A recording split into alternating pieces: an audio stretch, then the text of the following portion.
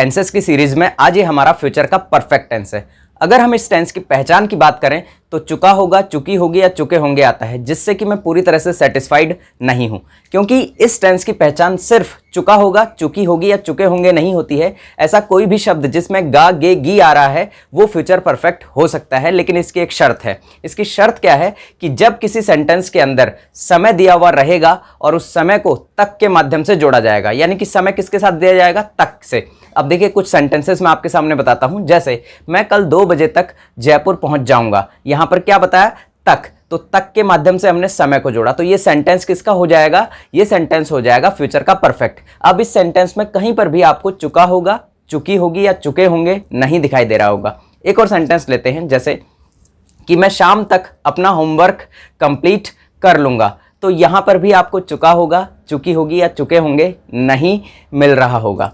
इसी तरह से मैं अगले महीने तक आपको पैसे लौटा दूंगा। तो यहां पर भी आपको चुका होगा, चुकी होगी या चुके होंगे नहीं दिखाई दे रहा होगा।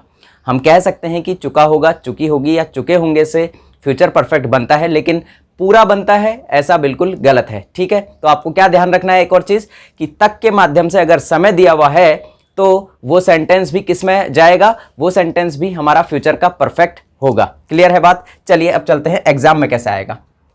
तो देखिए ये चीज हमने कर ली कि चुका होगा, चुकी होगी और चुके होंगे, और मैंने आपको पूरा कंसेप्ट क्लियर करवा दिया। समय दिया हुआ होगा किससे? तक के माध्यम से। किस शब्द के माध्यम से? तक से। और ये जो तक है इसे हम इंग्लिश के अंदर बाई प्रेपोजिशन के साथ जोड़ेंगे। क्लियर हो गया? कौन सा प्रेपोजिशन यूज लेंगे इस तक के लिए? बाई। अभी सेंटेंस देखेंगे कैसे बनते हैं। पूरा वीडियो जरूर देखिएगा, आपको सारे डाउट क्लियर हो जाएंगे। एडवर्बियल्स की अगर हम बात करें, जिससे कि आपको एग्जाम में क्वेश्चन आना है, तो एग्जाम में क्या होगा? यहां देखिए बाई के साथ अगर टाइम आ रहा है तो आपको पहचान जाना है कि फ्यूचर परफेक्ट की बात हो रही है, या फिर by the end of luck कर, by the end of luck कर टाइम दिया हुआ है तो भी आपको पहचान जाना है कि फ्यूचर का परफेक्ट है। यानी कि by the end of this month, by the end of this year, by the end of this week, by the end of this day. इसका मतलब होता है कि इस महीने के लास्ट तक, इस साल के लास्ट तक, या फिर इस वीक के लास्ट तक, या फिर इस दिन के लास्ट तक। ठीक है, इसके लिए हम यूज लेते हैं बाय द एंड ऑफ। अभी सेंटेंसेस आएंगे तब और क्लैरिटी आ जाएगी। अब यहां देखिए हेल्पिंग वर्ब की बात करें तो इस टेंस की हेल्पिंग वर्ब भी 2 हैं, विल और शैल। एक वीडियो में ऐसा लेकर आऊंगा जिसमें मैं आपको पूरा का पूरा जो फ्यूचर है उसकी सारी हेल्पिंग वर्ब आपको 2 मिनट के अंदर याद हो जाएंगी। सिर्फ 2 मिनट आपको लगेंगे। ठीक है, तो देखिए विल और शैल ही यहां पर मेन हेल्पिंग वर्ब है, लेकिन विल और शैल जैसा कि मैंने पिछले वीडियो में भी आपको बताया था और फ्यूचर का जो हमने कंटिन्यूअस किया था उसके अंदर मैंने आपको बताया था कि हमारी मेन हेल्पिंग वर्ब क्या है? विल शैल। अब यहां विल शैल क्या कहता है कि मुझे अपने साथ हमेशा फर्स्ट फॉर्म रखनी है। तो अब ये टेंस जो है ये फ्यूचर का परफेक्ट, और परफेक्ट के अंदर जो मेन वर्ब आती है वो मेन वर्ब थर्ड फॉर्म होती है। तो जब हम मेन वर्ब को थर्ड फॉर्म बनाएंगे तो डायरेक्ट हम विल शैल के बाद थर्ड फॉर्म नहीं लिख सकते हैं, इसीलिए इस थर्ड फॉर्म और इस विल शैल के बीच में फर्स्ट फॉर्म कौन सी चीज लेकर आए? हम हैव। अब आप कहेंगे कि हैव ही क्यों लेकर आए? क्योंकि ये हैव जो है वो परफेक्ट को दिखाती है। जैसा कि आपने प्रेजेंट के परफेक्ट में देखा था वहां हैज हैव यूज आ रहा था, आपने पास्ट का परफेक्ट देखा वहां पर हैड यूज आ रहा था, और यहां पर विल शैल के साथ भी हमने हैव यूज ले लिया, क्योंकि हैव क्या है? उसकी बेस फॉर्म है, उसकी बेस फॉर्म है, यानी कि उसकी फर्स्ट फॉर्म हम कह सकते हैं। क्लियर है बात ये? अब यहां मेन वर्ब क्या हो जाएगी? Third form. यहां तक की चीजें आपको उम्मीद करता हूं क्लियर हो गई होंगी। अब देखिए सेंटेंसेस, 4 तरह के सेंटेंसेस बनते हैं। आप अगर पूरे टेंसेस देखते हुए आ रहे हैं स्टार्टिंग से तो आपको ये सारी चीजें पता होंगी। सब्जेक्ट के साथ विल शैल और फिर हैव। यहां देखिए सब्जेक्ट के साथ विल शैल और हैव के बीच में प्लस मैंने लगाया हुआ है, क्योंकि यहां हम बीच में नॉट लगाएंगे, है ना? अभी नेगेटिव आएगा जब देखेगा। तो वर्ब की थर्ड फॉर्म ऑब्जेक्ट और फिर बाय के साथ टाइम, यानी कि टाइम को किसके साथ जोड़ना है? बाय के साथ। ठीक है, लास्ट में सब्जेक्ट के साथ विल शैल और फिर नॉट। इसीलिए मैंने कहा था कि जो ये विल शैल है इसके जस्ट बाद में नॉट आता है, इसीलिए हमने विल हैव और शैल हैव नहीं लिखा यहां पर हेल्पिंग वर्ब को। ठीक है, क्योंकि नॉट कहां आना है? यहां विल शैल के बाद आना है और हैव से पहले आना है। वर्ब की थर्ड फॉर्म के साथ ऑब्जेक्ट, फिर बाय और टाइम। अब देखिए इंटेरोगेटिव सेंटेंस में क्या होता है? वही चीज होती है, बस हम क्या कर देते हैं? हेल्पिंग वर्ब को उठाकर आगे ले आते हैं। तो विल शैल यहां आगे आ गया, subject have, third form object, by plus time और क्वेश्चन मार्क। WH वर्ड की बात करें तो WH वर्ड वाले सेंटेंसेस में क्या होगा? WH वर्ड आगे आ जाएगा, will shall, subject have, third form object, by plus time and question mark. ये वाला जो सेंटेंस होता है ये हिंदी में क्या से स्टार्ट होता है और ये वाला हिंदी के अंदर सब्जेक्ट से स्टार्ट होता है। ये चीज मैंने आपको पिछले टेंसेस में क्लियर करवाई हुई है। अब इंटेरोगेटिव नेगेटिव की बात करें तो विल शैल स्टार्टिंग में आ गया सब्जेक्ट और फिर नॉट। अगर आप इसे देखेंगे तो ये बिल्कुल नेगेटिव की तरह ही आपको नजर आएगा। सिर्फ हुआ क्या है, यहां विल शैल को उठाकर हम आगे लेकर आ गए हैं। Will shall subject not have के साथ third form object by plus time और क्वेश्चन मार्क।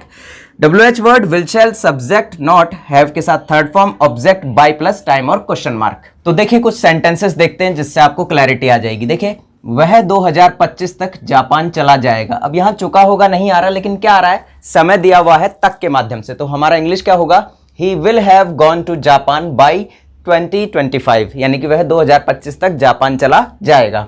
वह इस महीने के अंत तक अपनी फीस जमा नहीं कर पाएगी। यहां पर इसे अंत तक लिख लीजिएगा, है ना, अंत तक। तो she will not have deposited her fees bye the end of this month, यानी कि वो इस महीने के लास्ट तक अपनी फीस जमा नहीं कर पाएगी। अगला है, क्या आप अगली साल तक ग्रेजुएशन पूरी कर लोगे? तो यहां क्वेश्चन मार्क लगा लीजिएगा। अब देखिए सेंटेंस क्या होगा, विल को हम आगे ले आएंगे क्योंकि इंटेरोगेटिव क्वेश्चन है हमारा, तो इंटेरोगेटिव यहां पर सेंटेंस होने की वजह से विल आगे आया। Will you have completed graduation bye the next year, यानी कि अगली साल तक। तो अगली साल तक के लिए बाय लगाएंगे और उसके साथ द नेक्स्ट ईयर। वह 2022 तक स्कूल क्यों नहीं जा पाएगी? तो वाई, अब यहां पर किससे आया हमारा, यहां पर हमारा सेंटेंस है WH वर्ड का। क्यों आ रहा है ना, तो क्यों क्या है हमारा WH वर्ड, यानी कि वाई। तो why will she not have gone to school by 2022, यानी कि 2022 तक वह स्कूल क्यों नहीं जा पाएगी। क्या इस साल के अंत तक उसकी शादी नहीं हो पाएगी, यानी कि इस साल के लास्ट तक उसकी शादी नहीं हो पाएगी। इस सेंटेंस को आपको बनाकर कमेंट बॉक्स में लिखना है, ये आपके लिए होमवर्क है। अब देखिए कुछ एग्जांपल्स जो कि आपके एग्जामिनेशन पॉइंट ऑफ व्यू से बहुत ज़्यादा इंपॉर्टेंट है। तो by the next year he work in this office, यानी कि यहां पर देखिए by the next year, by के साथ टाइम आ रहा है तो हमें पता लग गया कि फ्यूचर का परफेक्ट है। तो यहां पर हम क्या करेंगे, विल हैव या फिर शैल हैव। अब हमारा सब्जेक्ट क्या है, ही है, तो ही के साथ क्या आएगा यहां पर, विल।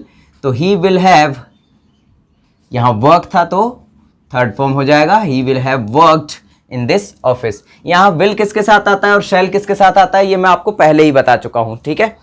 अब देखिए यहां पर नेक्स्ट हमारा sentence, man reach the Mars by the end of this century. अच्छा, इसका हिंदी क्या होगा, देखिए कि वो अगले साल तक इस ऑफिस में काम करेगा। यहां देखिए चुका होगा, चुकी होगी नहीं आया है ना, तो हमें सेंटेंस का सेंस देखना है यहां पर बाय के साथ। अब देखिए man reach the Mars by the end of this century, यहां रीच क्या थर्ड फॉर्म में हम लगाएंगे और मैन क्या है हमारा यहां पर आई और वी में से नहीं है, तो इसीलिए हम क्या लेंगे, विल, कि man will have reached the Mars by the end of this century, यानी कि मनुष्य इस शताब्दी के अंत तक मार्स यानी कि मंगल ग्रह पर पहुंच जाएगा, ठीक है।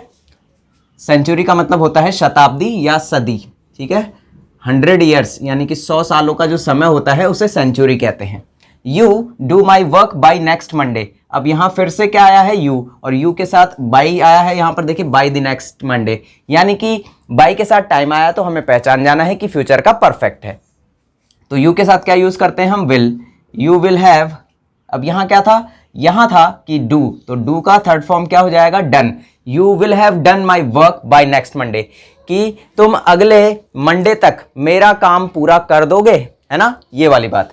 आई write the novel by the end of this month, अब यहां राइट का थर्ड फॉर्म लिखेंगे और आई के साथ अब शैल आएगा यहां पर, है ना, आई के साथ क्या आता है, shall. I shall have, write की थर्ड फॉर्म राइट, रोट और रिटर्न, तो थर्ड फॉर्म हो गई हमारी written. I will have written the novel by the end of this month, यानी कि मैं इस महीने के लास्ट तक इस उपन्यास को लिख दूंगा, ठीक है। अगला है we make this building by the end of this year, अब यहां पर मेक का थर्ड फॉर्म लगाएंगे और वी के साथ हम फिर से क्या यूज करते हैं, शैल। तो वी शैल हैव, मेक का थर्ड फॉर्म होता है मेड और सेकंड फॉर्म भी यही होता है। तो we shall have made this building by the end of this year, तो हम इस साल के अंत तक इस बिल्डिंग को पूरा कर देंगे या पूरा बना देंगे, ठीक है।